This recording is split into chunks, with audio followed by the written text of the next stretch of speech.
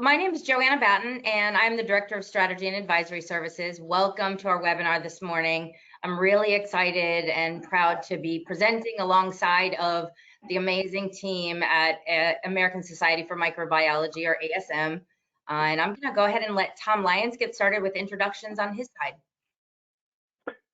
Sure. I'm Tom Lyons. I'm the Chief Information Officer at ASM. I've been at ASM about 7 years and have been on board for a bunch of transformations, including our big step into Teams Office 365. I'll kick it over to Kevin, I guess. Sure. I'm Kevin Gauthier. I'm an IT project manager with ASM. I've been at ASM for about 8 years. And this was actually one of my first major technology implementations, at least from a software side. Jerry? Hey, good morning. I'm Jerry Cruz. I'm the manager of network operations and support services here at ASM. Been here, I just celebrated 24 years at ASM. So I've seen a lot of technologies come and go and been a part of a lot of great projects, including this one. Great. So we have a lot to cover today. I'm hoping that we're going to have some really great conversation about the great work that these guys have done along with the others within their organization. Really excited to share that with you. I think the important thing for me is to sort of set the stage for what we're going to be talking about today. And really the engagement that we had with ASM, I would say is in 3 parts. One was a strategic engagement that included planning and working through how we were going to implement Microsoft 365. The next was really a major push of the tools into the organization, how we were going to go about that. And then the ongoing activities and support that have been ongoing since we did that initial push.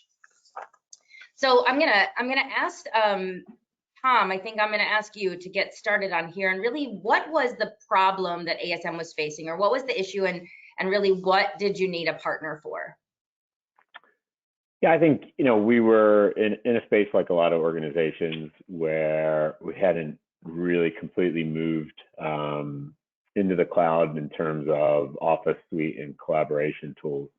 Lots of files on a network and people needing remote access to that network as we expanded our remote work and telework opportunities. And while some of our key business systems and key activities had moved to the cloud, a lot of our Office suite activities, they're running standard Microsoft stuff out on a desktop and dependent on that. So we really looked to move into 365 Teams as a way to both move us to the cloud, but really enhance our opportunities for collaboration and communication tools. And it's something we actually started looking at really seriously before the pandemic. And we wanted to identify a partner who had done this, and we could leverage their bench and their experiences into our organization, right? Like all of us, we do these things sort of once when the time comes around. So we were looking for somebody who had both the technical expertise and the cultural sort of experiences of seeing this drop into an organization to help us be successful at ASM. And so was there something about the engagement that was attractive to you, really the whole planning process prior to just flipping that switch? I think that sort of bigger process of identifying that there are pieces on that road, steps on that pathway to getting us there. It wasn't simply a technology drop. I mean, we probably could have just done the technology drop, right? And we have some technical expertise and we have some technical people behind us that could just drop the technology. But I think we viewed it as a bigger movement, right? A bigger change within our organization, and therefore having an approach that broke it down into some steps to get us there in a good way was really sort of important to us, I think, as we looked at what we wanted to do and who to do it with. Right. So as we're talking about that, I just want to sort of talk through what the strategic engagement looked like, right? We talked about 3 parts of this. One was the strategic engagement. then the rollout. We'll talk about what that included, and then the ongoing support. But part of the strategic engagement included all of the things that you're seeing, right? We talked about defining goals and evaluating your current tenant, overview of the applications, the application definitions. I know that was a big key there. Communications and change management planning, and then a rollout plan and governance, risk, security, and compliance. Out of all of those things, could you talk to me, and Kevin, I might call on you at this point to have you talk about, maybe some things that were really critical. What was the most valuable to you as part of this engagement, or what did you see as key opportunities for ASM to take advantage of some of the planning process? Yeah, I think for me, the view that I bring into it is the change management side of things. Understanding that implementing a tool like this across our organization is a massive difference to how we worked. Collaborating and using 365 and Teams is very difficult for a lot of people to move into that space. So having the support and understanding the process of how are we going to implement this with our group, and what are those resources and tools when we run into the obstacles, when we run into the inevitable person who doesn't want to change for whatever reason. So having a lot of the initial definitions, the process defined, and working through, months of working through, here's what we want to do, here's how we see success, what success looks like, and then just having a plan for every situation.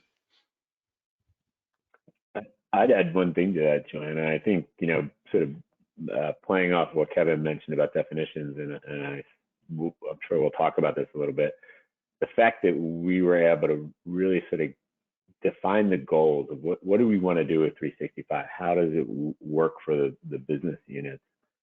And coming up with common language and common expectations, I think was really helpful for us. Not just for us as an IT group, but us as an organization. And it made it easier for us to take questions and frame them back and shape them around what we wanted to do with the tools. Well, and I think that that's an interesting point too, and let's expand a little bit on that, because we did a couple of sessions just very specifically on very detailed wording of the actual definitions of those applications. And I think you probably got tired of hearing me at some point, but language is important, right? The words that we use are so important as we move into what it is that we're doing, and the detail that we went into making those decisions about how to define teams, for example. What did that look like for the organization? Did you want to talk a little bit about that, Jerry? Yeah, I was gonna say, Jerry, I don't know if you want to talk about that a little bit. Well, yeah, it was definitely an important step, a big step for us. Everybody's pretty familiar with Outlook. Everybody's familiar with Word, but then you throw these new tools like SharePoint, Teams, OneDrive, and all of a sudden people start to, get a little nervous, like, well, what are you trying to get me to use here? So yeah, it was really important for that, and the approach that we took to it was just looking at it and seeing how it's looking at each product and seeing how each department works and how that tool would fit into their department to make their work a little more efficient. And using the advisory group, I'm sure we'll get to that in a little bit, is having buy-in from, we organized representatives from each department, sometimes I think just one, maybe two for a couple, that were involved in these month-long planning and definition processes, that, that those little fine tunings of words, we may have a 2-sentence definition of what Teams is and how we plan to use it. 2 sentences taking months to work out is vital, because those little tiny tweaks in the order of words and saying, we plan to use this for collaboration, to reduce email communication, for more real-time access, those types of. I love that you have the definition there in front of you. I don't. It's just engraved in my brain. Yeah, I think that advisory piece, like having staff, not IT people, not our consultants, not all these other sort of external support factors, but having staff helping shape that meant, hopefully, I think what we all hoped it would do, and I think it has, is it meant staff sort of, staff was shaping that definition. And so certain words resonated certain ways with that advisory group, and we realized, okay, let's not use that word, or let's emphasize this word instead. And luckily we had an engaged group that helped us shape those definitions, and it made it really meaningful. Then as we went downstream, we all were talking the same way about how to use the tool and what to do with it. Well, and so I think there's a couple of points there, right? A lot of the tools do similar things. OneDrive and Teams and SharePoint all do similar things, right?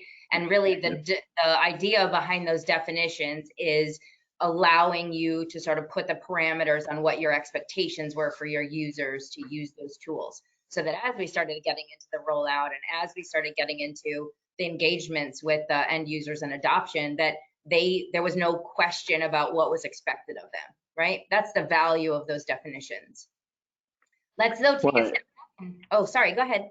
I was just going to say, it wasn't just, I think actually it wasn't just the governor for us to say, this is how you use it, this is what you will do and won't do. It actually, I think, had even more value for staff who now understood, oh, like this is a hammer and I can hammer nails with it, and this is a saw and I can cut wood with it. So it wasn't just us pressing down on them, this is a hammer, whether you think it's a hammer or not, this is a hammer, right? Like right. It was them then able to grasp that and say, okay, I know what to do with a hammer, right? Like, thank you for the hammer. Like now I can do my work, right? And that was valuable, I think, that they were able to understand. Let's be very specific about that. And in fact, maybe we'll give up some, Kevin started talking about the Teams definition, but we made the decisions in general that OneDrive would be used for people's personal business files, right? That they would, if there was any other reason, if they were to leave the organization, that something doesn't belong inside of their OneDrive for business, because that could potentially go away. If they needed to share it or collaborate with others in the organization, it belonged inside of Teams, right? We left SharePoint for the end, really, because we knew Teams was such a heavy lift to get people in. We left SharePoint sort of as an aside, knowing that that would be the place for dissemination and consumption, right? Those are the basic definitions that we had, and all of the very minor tweaking or major tweaking in some cases of those definitions really helped to set the stage for what scenarios in those individual areas they might use. I think it also helped us deal with archival and sort of like all the historical documents, right? Like people could still get to that network space, so we didn't just take it away and say, figure out where it belongs, let's go, right? But we could actually successfully move groups into working in the new environment, and that new active work fit really nicely into Teams. And now we're at a place where we are talking to them about old stuff, new stuff, stuff that just needs to go away. Let's dive deeper into that as we talk about the rollout and the process that we went through there, right? Because I think we want to talk in detail about what we talk to users about, how you explain to them how to get out of those old legacy areas, right? The file shares and their personal shares. The one thing I did want to come and circle back to is talk about that advisory group, because we sort of talked about it, but I think it's important for us to spend a little bit of time on it. One of our very first recommendations as part of this engagement is to get users from across the organization to participate as part of that change group, right? We called them the strategy committee, the Microsoft 365 strategy committee, because they would be input from across the organization to help us make decisions and then to serve as those champions throughout the engagement or throughout the project. You guys did something interesting. You asked us to make a slight change to that. Did somebody want to talk about that real quick? Again, going to the wording. Kevin? It was your decision. So well, we felt it was really important for that group. I mean, again, come back to definitions and words, right? And we wanted that group to really understand what their role was. And we have lots of capable IT professionals. We didn't know, and we had a partner that we hoped would help us with strategy. We didn't necessarily need a group to dictate strategy on how we were going to do it. We wanted a group to help inform that strategy, shape that strategy, bring their user perspective into the room really strongly and advise how to do it, because we all know with some of these projects, there's technical issues, there's certain things that aren't necessarily movable objects, right? This is the way you're going to do it. So we wanted them to understand that role from an advisory capacity. They were there to help inform and shape, and maybe there even be decisions that everybody thinks, yeah, that's a really great idea, but we can't do it that way, right? So that advisory piece was important to us, and we wanted them to realize that's where their value was, right? Their value was helping us understand their perspective. And it was really important. And I think ultimately it was really successful because of that. Yeah, absolutely. And I said this to you before that we use the strategic Microsoft 365 strategy committee to come up with the strategy and help to do that. I think that was our intention with that. But your feedback and seeing the positive impact when we really just set the stage for them being advisors, not decision makers or strategy people, changed our process as well. I said this to you the other day that we now have introduced that concept as an advisory committee or the strategy committee to our next customers following our engagement with you, so that they could make the decision. Did they just want them to serve as advisory, or did they really want them making decisions? So I think it's important for me to say that you guys had an impact on our approach. Even though we have a logical and methodical approach, we're always looking for feedback and positive impacts that we can have in organizations and change our process based on that. So I think it was pretty significant for us just to see the change in the user's behavior based on just the naming alone. Well, we'll look for the check in the mail to help, make that process better. So we're going to get back to the advisory group too, because they sort of morphed into something else beyond just that committee up front, right? We use them and use them as guides and as ambassadors, we call them, later on in the process. So we're going to dive deeper into how they weren't just part of advising and helping to make some of those decisions, but really critical in the rollout of the tools. So is there anything during the strategic engagement that you guys might have done differently? What were the lessons learned? What were some of the highlights that came out of there that you think would be helpful to others sort of looking to do the same sort of thing?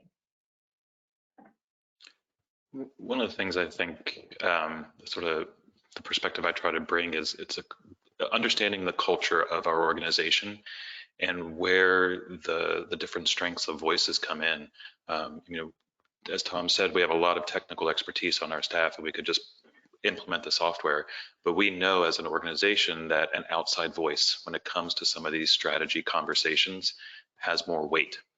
And then allowing the IT group to serve as the expertise of the technical. So letting the staff be the expertise in the work. Here's how we work, here are the things that we do.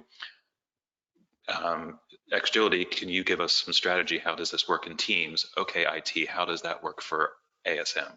So having that sort of dynamic play between everybody was critical. And so I think that was super helpful in that whole process. Sort of things to share or knowledge that we've learned. It's a long process. But well, it's vital. I mean, the more time you spend, I'm happy we spent the better part of 5 months planning. It was about 2 months with the advisory committee, but then another 2 to 3 months with pilot groups, engagement and excitement generating campaigns before we even onboarded our first group. Right. But it gave us the comfort to then just go. We ran with it. I'd say that maybe one thing I would change is not have a pandemic in the middle of the launch. we did push our launch back and waited a little bit, so we felt more ready, and we were hoping Xgility would feel more ready, because all of a sudden, that dynamic that Kevin speaks about did not come about in the first meeting, right? Like, we were doing this all virtually, and I think for the people who are watching this, I mean, they may be doing it virtually depending on where they're at in return to the office, and or some hybrid model. And so it was very interesting trying to make sure all of that engagement was a positive engagement and a positive back and forth. And it took a little time for people to figure out their role, right, and to figure out how to be a voice in the room. But we did get there. I think I think for us, we might look back at that advisory group, and there's probably some people who we would now say that person should have been in the group. This person maybe didn't, right? Like you always sort of have that look back at it and say, oh, we missed a couple people that might have been really valuable, or we needed more input from a certain group. But I think by and large, it was a pretty successful process. And even though it felt long, I think the tempo was good for people. Maybe we should have pushed ourselves a little harder to go faster, would be maybe the one thing. But we also were trying to be conscious of not overwhelming anybody quickly, right? Well, let's talk about that. Everybody was volunteering extra time in a way, right, for us. Well, and I think a couple of things from our perspective, we could cram all of those sessions into a week and get it done and over with. But what you said, it takes a little bit of time to absorb it. I think you probably remember we had meetings where we were circling back to the content that was in the previous meeting and almost reviewing it again, right? Yeah. So that it became second nature to people. And sometimes that takes a little bit of time. But again, that's change management just within your advisory committee and with you guys too, right? There was a lot of change management happening and culture change happening in those first couple of months in the planning stage alone. I remember several meetings that were conversations around our comfort level, and Xgilty saying, trust us on this one, trust us on this one. And it took a lot of whittling us down to see the perspective and trust it. And we did. That doesn't sound so good. One thing for me was just having the extra set of eyes. I mean, anybody could go in and set up a Microsoft tenant and all the switches and all the settings. I mean, you could take a deep dive in any one section. It was just having that extra expertise and having that extra set of eyes to go back and be like, hey, did Jerry do this? Check, check, check, check. Oh, you turned this off or turn this on. Why'd you do that? Oh, here's why we think you should. Here's why we think you shouldn't. So just having that second pair of eyes who've done it more times, set up a tenants and secure tenants many more times than I have, to have that extra set of eyes to kind of, look over my work. I'm human, I'm not perfect, but just to have that resource to just double check things. But even the implementation that you had might change based on the decisions that we made in the planning process too, right? Right. Yeah. And it's probably worth mentioning, just so folks know where we were coming from. We were sort of a little bit in the cloud, right? And so that added, in some ways, some complexity and some weird nuances, because our VoIP solution with Skype running in the cloud, Exchange had been moved off premise into a off premise solution. So we were sort of, a little bit in the cloud, and that actually, in some ways, made this move. It had some more parts to manage and make sure we're executed right, and added some complexity to Jerry's basket. Well, and so all of this planning, we talked, I think it was a couple of months, I think 8 weeks is about the time frame that we spent with your team coming up with the plan, and that all culminated in what we called a roadmap, right? And to us, that's a pretty significant document and a presentation to you guys, really, that took all of the decision making and planning process and put it into one sort of like final document. Now, I would venture to say the document itself wasn't necessarily the value to you, right? That was just sort of that culmination. But all of the decisions that went into it, it was like a solid piece of something that you could hand to somebody and say, here's what we did. Do you want to talk about that actual roadmap or the presentation, or what we were able to do with that roadmap to get us to that next level? I'll start with one level of what we did with that. I mean, that roadmap, I think, gave us a good frame for communicating outward, even at the most senior level, of here's the pathway that's evolving out of this work, right? Here's the tangible sense of this is where we're going, right? And this is sort of the timeline we're expecting to do it on. This is sort of the way we think we're getting there. And I say sort of a bunch because I think the other value in that document was that we came out of it with a lot of really solid information. I think we all also knew it was a little bit of a living document, because maybe something doesn't go quite the way we thought it was going to go, and we might have to adjust.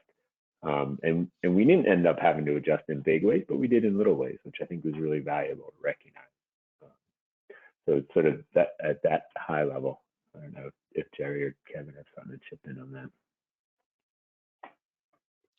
I think for me, and the roadmap was really just the lifeblood of the actual rollout.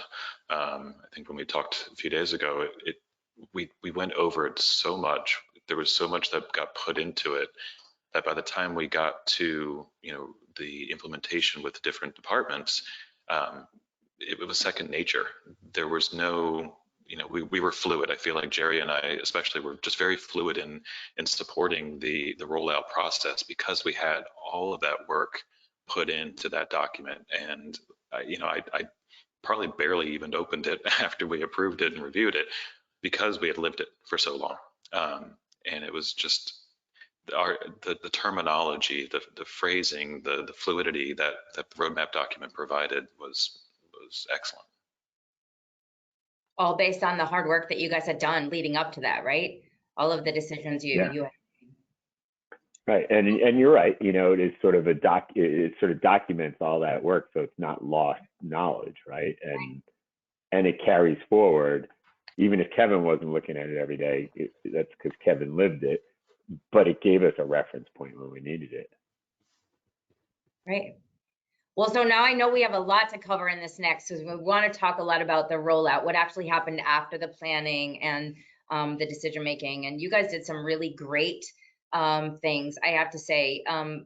Part of, and let me just switch over here real quick. One of the things that I think was important as part of this rollout process, right? We have 4 stages to rollout: technical readiness, the pre-rollout activities, the actual rollout activities with your users, and then some of that continuous adoption or continuous support activities is critical in terms of getting users on board and getting your content moved. So let's talk specifically about some of the technical readiness pieces. And we're talking about governance, implementation, getting the knowledge hub set up. You might want to talk about that, and maybe transferring of some of the knowledge, the technical knowledge, to your support group, which is much bigger than the 3 of you, right? So let's just talk briefly about some of those activities and how those played a key into getting you to that, the activities that you did before you actually just turned it on for the users or gave them, training and adoption on that. Kevin, Jerry? It's probably more of a Jerry. I don't know. Yeah. I mean, with the knowledge hub came in handy, just because we had that pilot group, that first group, that pilot group, and we needed resources. Even though me and Kevin sat in on every session, we had 2 other help desk people floating around attending sessions, but we still needed that documentation piece to help people. Like, okay, I have Teams installed. Now what? It was always, we need that piece to answer that. Now what? Now that I have Teams, now what? How do I get in? How do I log in? Now, how do I set up OneDrive? How do I, those type of things? How do I share things out of there? So it was, one of those things that we thought was necessary to have it put in place in advance of people actually using it. I'll just mention for Jerry, talking about the knowledge hub, right? Right. That was 100% virtual, right? That we weren't dealing with people in person or machines in person. I think that's an important factor there. We had to set up, here's how to download Teams to your machine. Here's how to make sure you log in correctly with your credentials. And then even though the trainings were fantastic, it's training. People are human. They zone out or they don't show up. So how do we make sure to support, we can talk about the difference between a channel and a team and a chat, and why you should post files and channels as opposed to keeping them in chat. We can go through all of that 100 times, but people are going to ignore it or forget. So having those resources in place with the Knowledge Hub and leveraging not only Xgility's expertise, but Microsoft's sort of out-of-the-box training materials and in the workflow. The Knowledge Hub system is sort of designed for, here's a beginner section, here's an intermediate section, here's an expertise section. So it allows people to get that additional learning on their own pace. Yeah, but we were also able to customize it so that it was customized just for ASM, not, even though it took from Microsoft's own hub of knowledge and learning, we were able to customize it so that it fit exactly what we needed it to do. Right. We were able to leave the SharePoint stuff out for now because that wasn't our focus. The focus was Teams and OneDrive. Kevin, do you want to mention some of the things we did sort of in the build? Like we got into a pilot phase or beta phase with a couple of small groups, but at the same time we were preparing 150 other people for what was coming. Yeah. I don't know if you know. The what Xgility called the excitement generating activities is, one of my favorite phrases that I use, my wife is tired of it, is the burden of knowledge. It can be very difficult because we're so engrossed in it, to say, well, why doesn't everybody in ASM know that we're rolling out 365 and here's the schedule? So because it's all in our brains. So we had to really focus on how do we get other teams inside of our company aware of what we're doing, why we're doing it, and when we're doing it. So we worked really hard with the Xgility team with three different pieces, and we had to go around the holidays, which was even more fun. So I think we ended up doing a postcard that just sort of a teaser postcard. And then the second thing we dropped in, and I still use mine, was this very fun plastic phone holder, cheesy, tiny, cheap, but impactful because it got people talking like, what? Why am I getting this? It just has Microsoft 365 in there, right? That's all it has. It's So got it's easier for them, right? Correct. Yeah, it has the 365 and our company logo on it. We chose the lovely red because that matched our company's brand color. But it's just a talking point. And we had people asking us, what was this? Why did I get this? And we're like, well, it wasn't just you.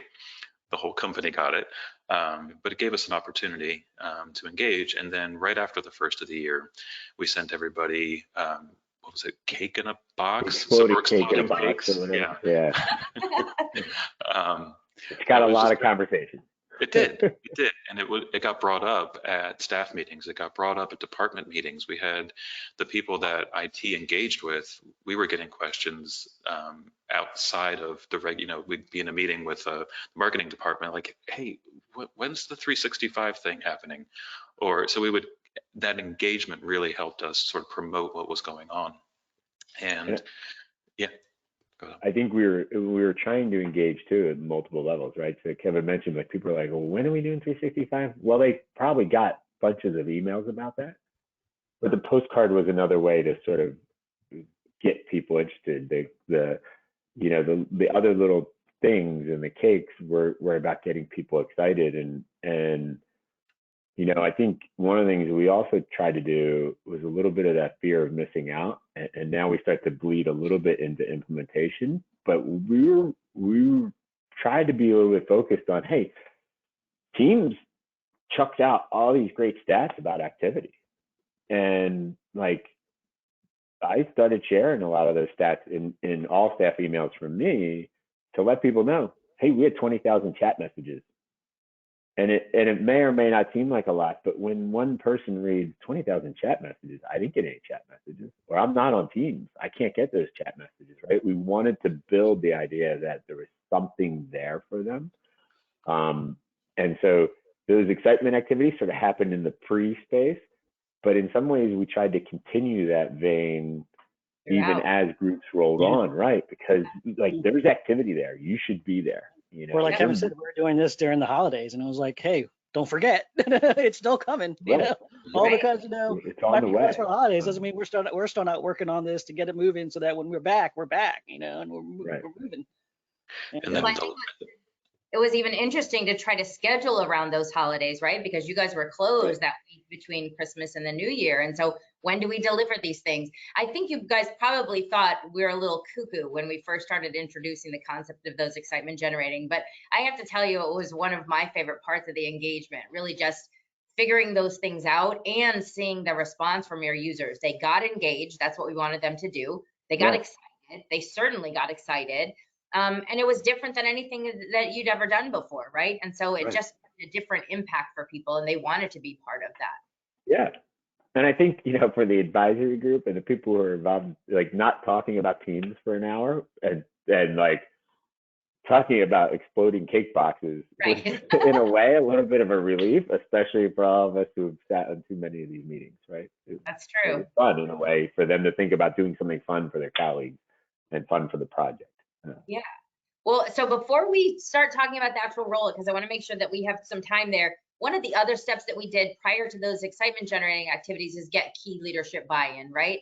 That was the very first thing that we actually did as part of that rollout or part of the pre-pilot phase. Did you want to talk about that, Tom, and just really how important that was to the organization? Yeah, I mean, I think, the good thing for us is we had gone into this probably having had a lot of conversations at a very senior level about this was the pathway we were on. And I think, from that standpoint, it really helped just sort of keep that door open and open that door wider. And there was recognition of, yeah, this is the next step in a maturing organization when it comes to the use of technology and the deployment of technology. But we also wanted to really make sure people understood it was a big leap, and using the work that had been done with Xgility on that roadmap and on that plan helped us convey to both sort of the very senior management and the departmental management, the business unit managers, that we do have a plan and there is a structure and we have lots of support to get this done, and we're doing it in a specific way for a reason. Without sort of diving deep into that, I think that helps, right? Because people might look at it like, well, why don't you just give us the upgrade, right? Like, can't you just give it all to us right now? Give it to everybody, right? Why are we waiting? Why is this taking weeks? Why do you have a pilot? What is this group you have running all through the fall? But all those things, I think, built, in a way, confidence in the business units that this is really a thought out process that a lot of people spend a lot of time in. And maybe, I don't know, Kevin, Jerry might have a thought about this. Maybe it helped also prime the idea that this was not just simply, a word upgrade, right? This is a bigger piece to your work, and you should take it pretty seriously because it's going to change the way you work. Right. And I think we saw that at the end where everyone was like, oh my God, I'm so glad you took your time. I'm so glad you had this thought out process in place and not just throw it all at us all at once. We saw it. And, we hear it all the time from people like, oh, it was so much information that we're so glad you didn't just, throw it at us, leave us on an island to figure it out for ourselves, that there was this process that we were able to follow along that seemed maybe tedious at times, but at the end, it all came together like, wow, it all made sense. And that engagement above, I think, gave everybody the confidence that, yeah, that's the right way, right? Like, let's give it some patience and make sure. You got the leadership buy-in for that patience and for the work that they were going to be doing too, right? Right. The time commitment, right? We wanted all those steps. We wanted them to know we expected them in these sessions, right? We wanted them to know it was going to be a little bit disruptive, because change is always disruptive, right? It doesn't, I don't care how good the system is. That's right. It's disruptive. Right. The idea of 3 2-hour onboarding meetings is daunting for any. I mean, a 2-hour meeting for anyone just sucks. Let's just be honest. But a 2-hour training meeting about the basics of a new technology is scary for a lot of people. So to prime that ahead of time. Definitely. So let's talk about that right now. I think we're ready to transition into sort of what that process looks like, what that onboarding, what the actual sessions were that we held with your users. And I'll just sort of give an overview, and then I'll look to you guys to talk about those. Our process included, because we decided not to include SharePoint, we sort of set that aside for now, right? It was going to be Teams and OneDrive and maybe a little bit of Planner. But it included a 3-session week separation of concepts, right? The first was just sort of an overview of the tools to get them understanding and a little bit of engagement in the actual tools, understanding how the tool worked, and to decide, set those definitions that you worked on earlier, right? To start to communicate that and get them excited about the tool. Because to be honest with you, They were working in shared drives before, right? So their shared drives weren't really functioning for them. Connecting to via VPN and COVID wasn't necessarily working for you guys or for them, right? So we wanted them to be excited about the tools that we were giving them. That was the first session. The next session, though, that we did sort of a week later was to help them change their processes and the things that they were working on a day-to-day basis and collaborating on, to help them actually try to configure their teams and get their teams prepared so they could actually use it, right? And then that third session was circling back and working with them on issues that they might have had and questions that might have come up as they're working through and trying to work through that. I think I'll sort of step back now and let you guys talk about those sessions and how impactful they were and the feedback that you got, and really how that very precise sort of timing was important as well.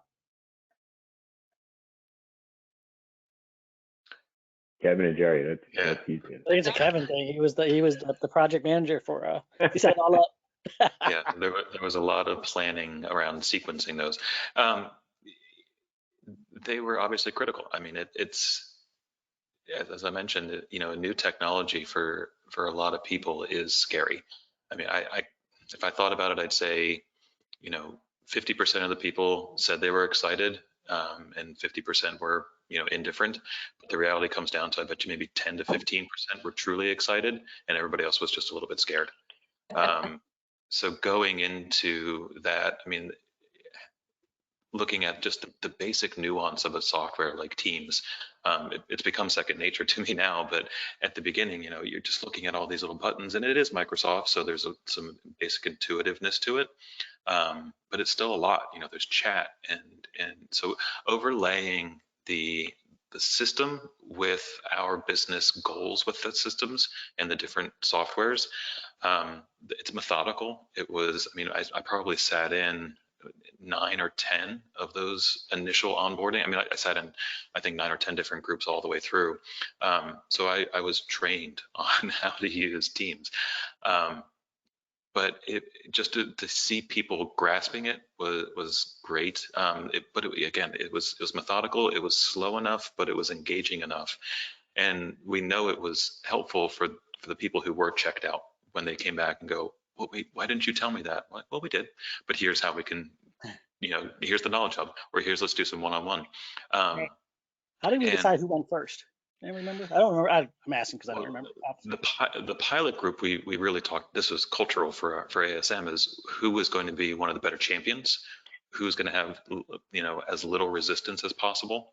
We had to have a balance, but we also then did a second pilot group with our HR team, intentionally because we knew we would get pushback from certain people, and we wanted to challenge ourselves to see how we would be able to then respond and make sure we tried to engage those groups or those individuals that we knew would have pushback. We also knew HR was a unit that communicates a lot through the organization, right? Obviously for all of us, and making sure they were sort of well versed and learned, and we could get their feedback, right, on with lots of questions of, well, how can we use this to talk to all staff? How can we use this to talk to different groups? What can we do with it? It was going to be valuable. And I mean, that's the other thing I think,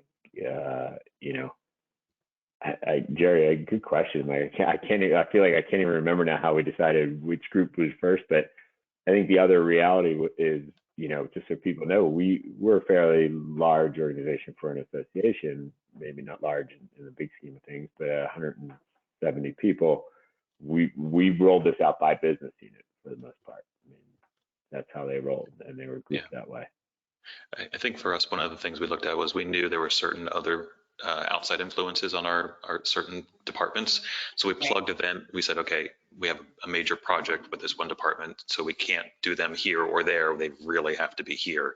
And then we just kind of filled in around that. And then, thinking like the executive department, that was an interesting scheduling one, because we knew we needed to have a certain amount of buy-in beforehand, but bring them in and let them be early adopters. And we're still trying to get them to be early adopters. And yeah, I mean, it was a fun, that's my kind of fun scheduling stuff. Kevin, anything you like, I think it was interesting what happened in the sort of last third of our schedule with Rollout. Yeah, but people were, can we Yeah, move up? why do we have to wait? Yeah, we got to a point where people were like, why do we have to wait? Why do they get to go before us? We do so much work with this group that's already been on board for months. Why can't we move ahead? Yeah, we saw a lot of that. Yeah. I think we talked early on about how there's this pivot point, right? Where you're gonna go slow enough that you're getting the people engaged and using it the way that you want them to, but all of a sudden it's gonna be like, we're gonna have to rush the people at the end because they're gonna be as excited as everybody else. You guys also had a very interesting thing, right? Because some people were in teams, they were able to communicate. They couldn't collaborate with other groups that hadn't been brought on, right? So it did become this whole sort of like, how fast can we do this at the very end to get these people onboarded? And that was a great thing to see. You know that people are excited when they're pushing to be onboarded into a new software. That's pretty spectacular. Well, and I think the good thing was too, you know, JoAnna, I mean, I think your team sort of prompted us to be thoughtful about that. And I think we were thoughtful anyway of, oh, can, you know, just be aware at the end of the schedule, you know, we might, if everything's going well, can we compress? What's our ability to compress? And we actually started talking about that early so that those teams knew, hey, we're going to move you ahead a week. And what became really interesting is the ask that was 3 months in advance of, hey, we need these 2-hour blocks was like, the ask 2 weeks in advance of, we're going to move you was like, great, we'll give you all the time you need, you know? And like, that was, again, sort of, so that's one of the reasons we were using things like the stats, but then also just that groundswell of sort of guerrilla, you know, people talking about what they were doing on it. We wanted people to have that fear of, I'm missing out, I can't do what I want to do. And all those people have the good toys. Why don't I get them, you know? It was important, but it was real at the end, and that was good. Yeah, I think it wouldn't have been real too if the early rollout didn't go well. And I hearken that to the process that was built in advance, right? Like we had a process. It was good. It was trickle information that people could consume, and I think it made it easier for the folks at the end to say, yeah, this is good. Let's go, right? It was sort of it was different than just training, right? It was more hands-on. Yeah. How do I help you to do your job? That made it a lot easier for people to understand how you wanted them to use the tool, and then really literally lift and shift out of their old processes into the new. Yeah, it's change management. Yeah. But I also think, and Kevin, you know more about this than I do. I mean, Jerry, like, because I was hearing from the team, oh, we're tweaking our sessions a little bit, right? Like what we learned in the first sessions got implemented in the next sessions. What we learned in those sessions got pressed into the third, you know, like each round we learned to do those sessions better, right? And I think it was really good that everybody involved was open to the idea that we should keep getting better, right? I mean, why not? And we had sorry, go ahead. I was going to say, we had an excellent relationship with our Xgilty team, JoAnna, and her team, where we could, you know, talk about each department and say, hey, in this group, let's really emphasize this aspect, or we need to be very thoughtful about how to make sure this person is speaking or responds, and that's just a great working relationship.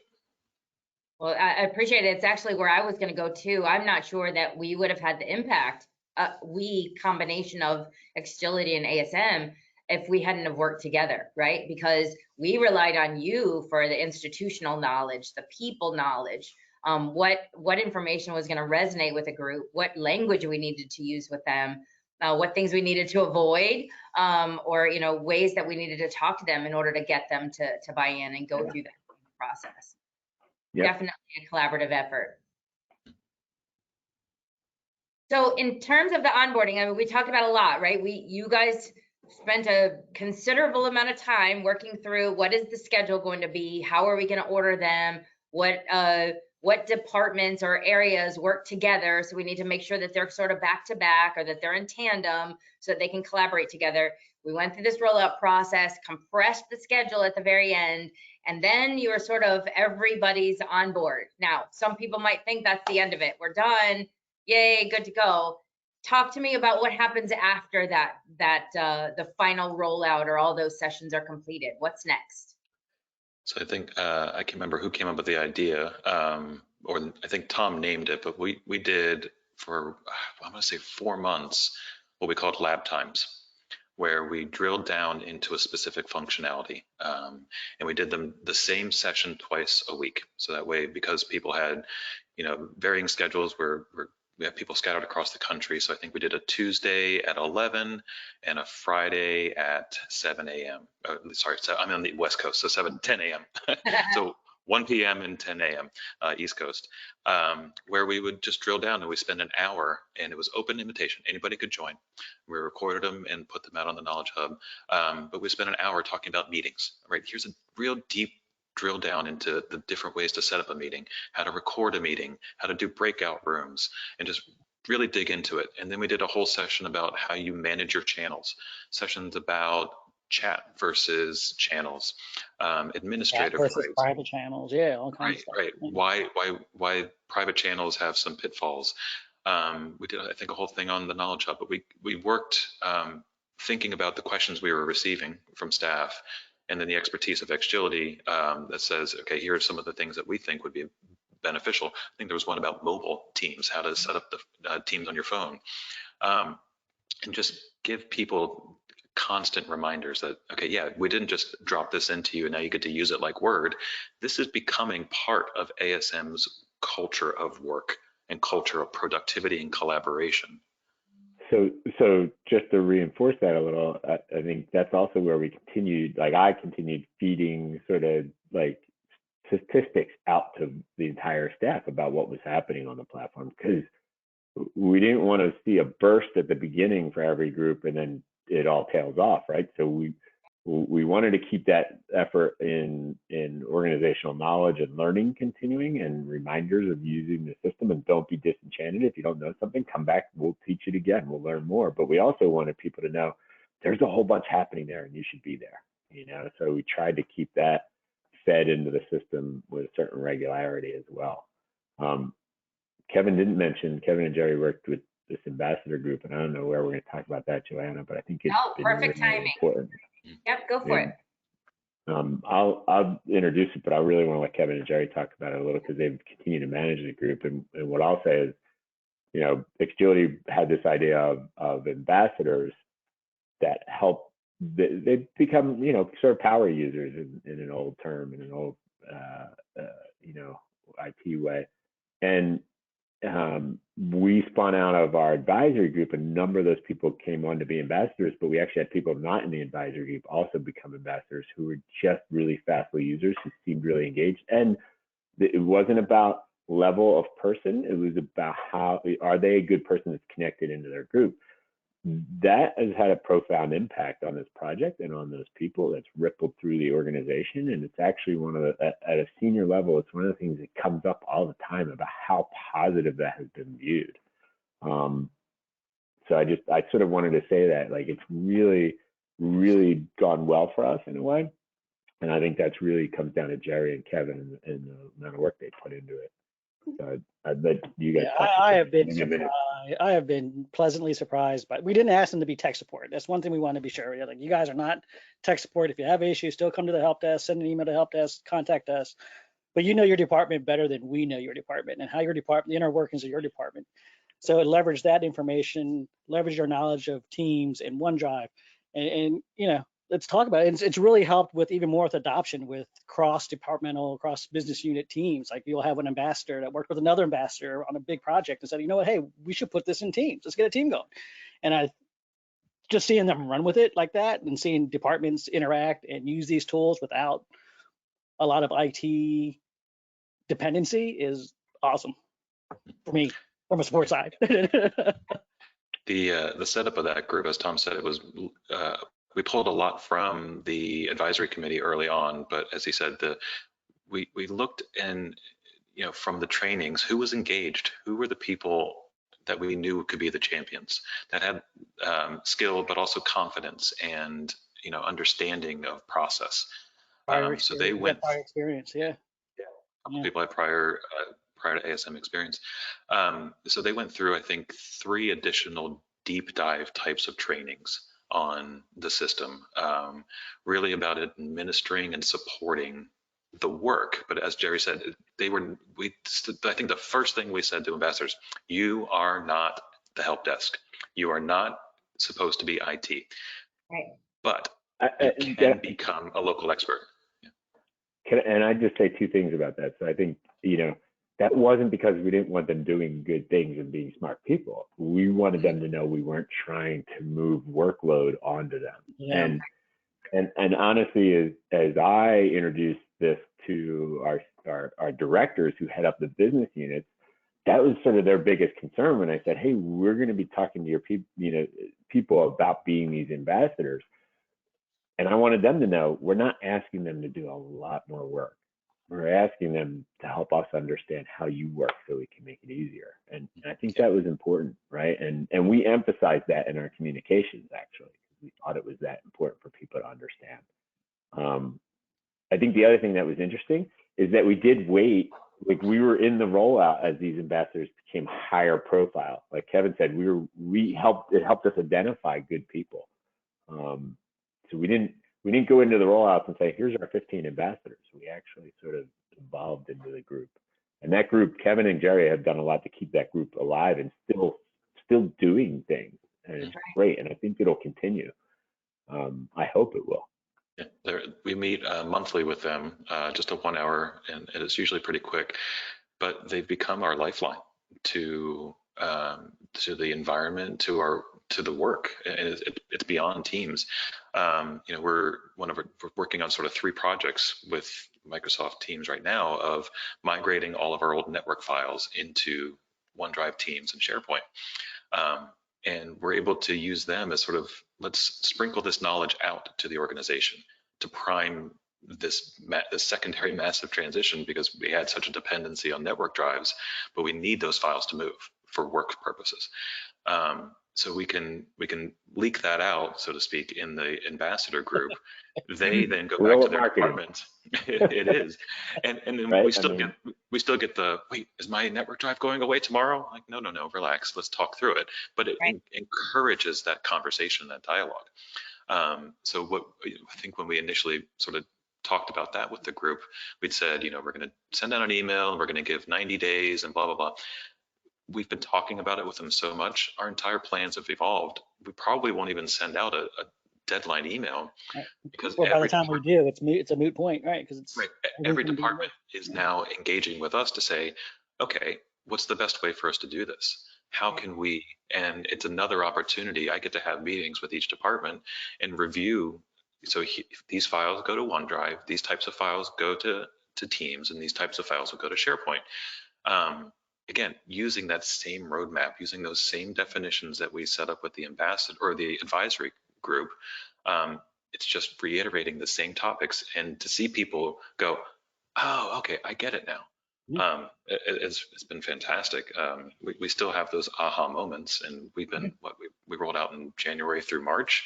So yeah, it's been. Well, I mean, it's also timely to probably mention we didn't do everything in January to March, right? And SharePoint as a longer term repository of content and consumption is actually, we're just really evolving on that now and getting faster with what we're doing with it. External access, external access, right? So we didn't release external teams. And we knew that would be a lift, and we wanted our people to understand the product before they started dealing with volunteers and committees and other folks. And now we're like, all of a sudden we have all this traction and anticipation of doing that. And where's my external team, Kevin? Yeah, that's what we're doing now, right? I mean, but the good thing, and one of our first external team was a large program advisory committee for a meeting that we run annually, and the person in charge of that committee was not an ambassador, but they are so confident with Teams now. I watched one of their meetings and recordings. She was training the external users on how to use Teams. And you're just like, man, it worked. Yeah, because that external user is not going to come to our internal help desk for help. They're going to go to that staff person they talk with every day for help. Yeah.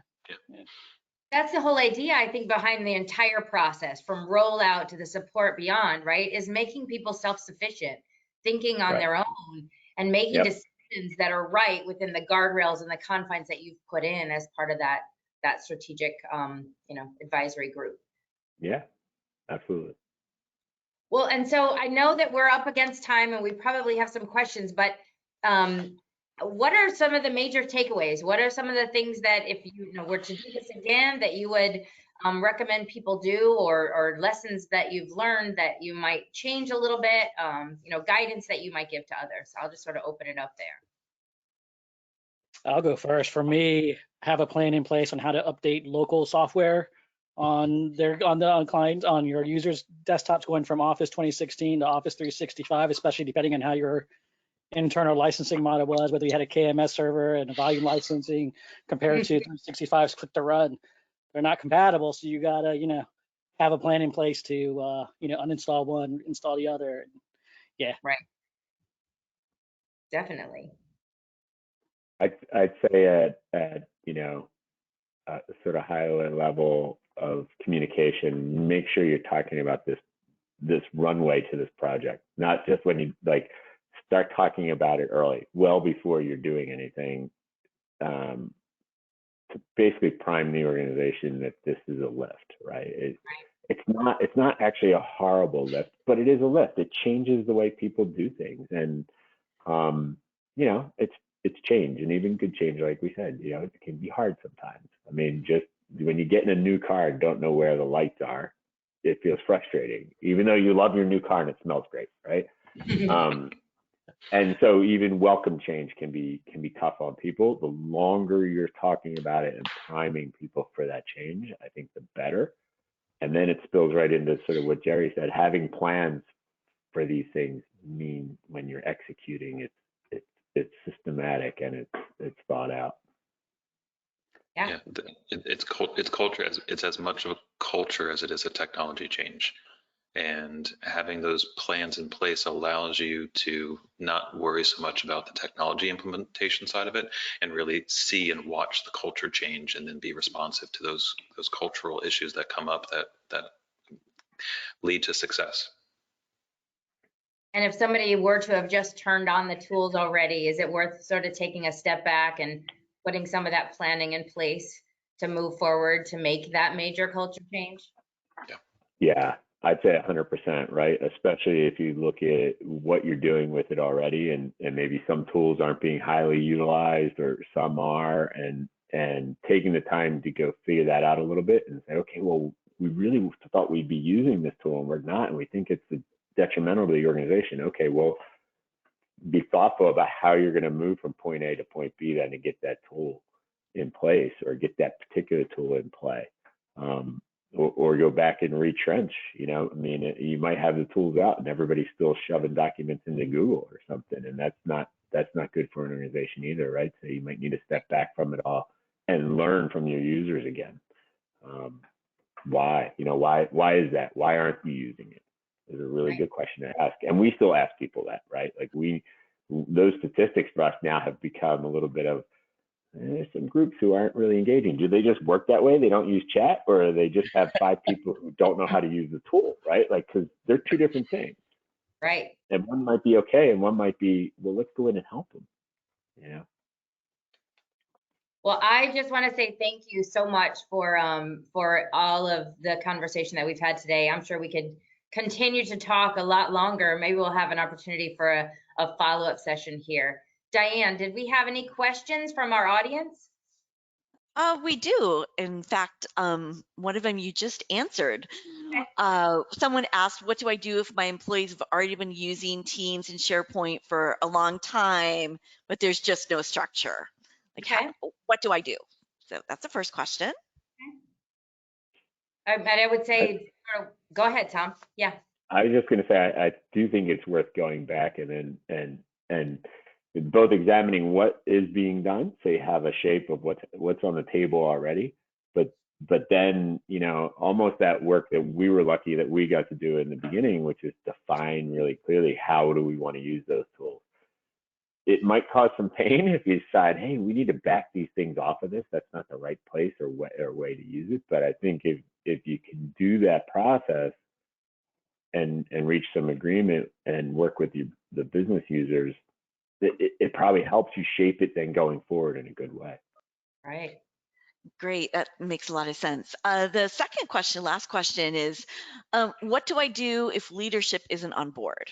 How do I get how do I get, this sounds great, how do I get leadership to buy in? Yeah. Yeah, like maybe I will say, I don't want to give the impression that it was all peaches and cream for us getting down this path, right? And I do think sort of that continuous engagement and it helps, right? And being open in conversations about it, and being real about what it's going to do and not do, right? And that there's a runway. I think all those things are really important factors.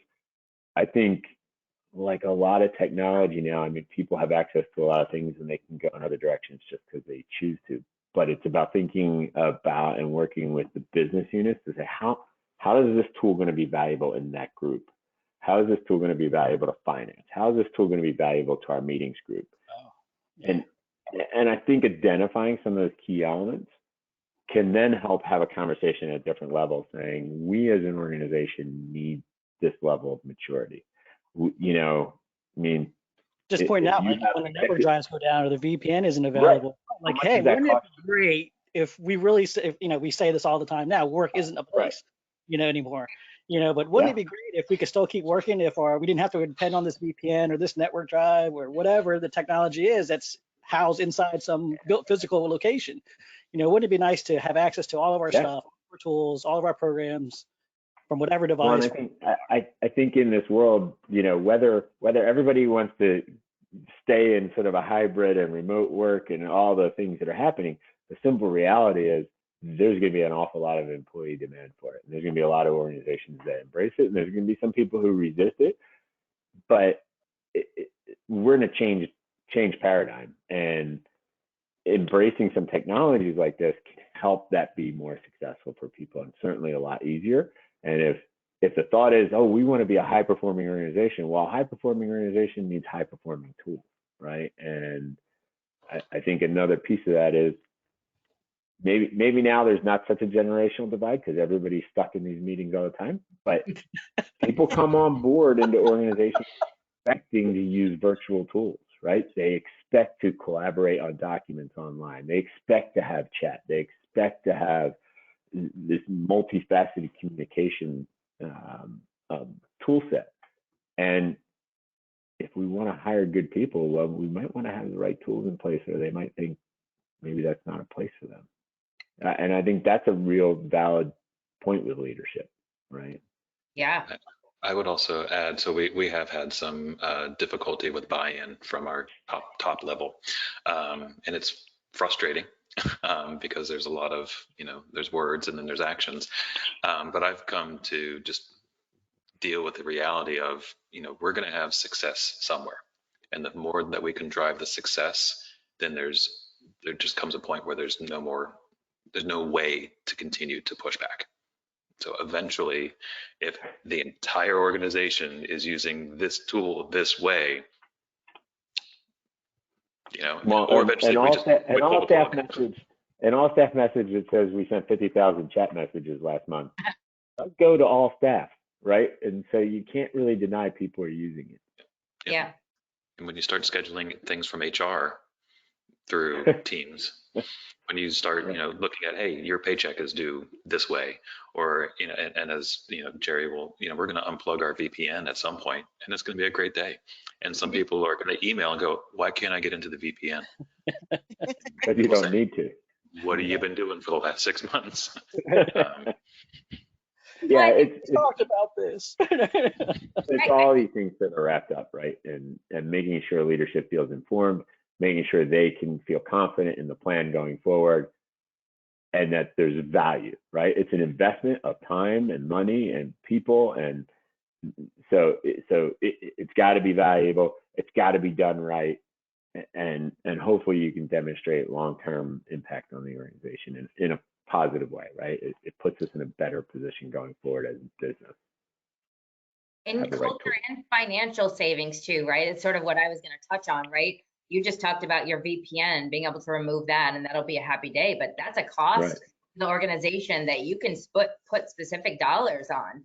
That's technical debt. You can eliminate that, then that definitely can make an impact to leadership. Yeah, I think we've been able to eliminate almost 100 Zoom licenses. See? Great. Yeah. And if we can get rid of all the stuff in the computer room, Jerry can put a pool table in there. Cardboard. Then we have a nice break room. Not Dartboard. play pool, but yeah, darts. Yeah. Well, I just wanted to say thank you again so much. It's been a pleasure to work with you guys. I know the planning took a long time and the implementation, but you guys have done an amazing job, and we just so much appreciate working with you and your team to have such an impact on the organization. Any last words that you want to say before we wrap this up? Good luck for folks who are making the jump. Good luck. It'll be worth it. Awesome. Thank you guys. Thank you everyone for attending. Appreciate it.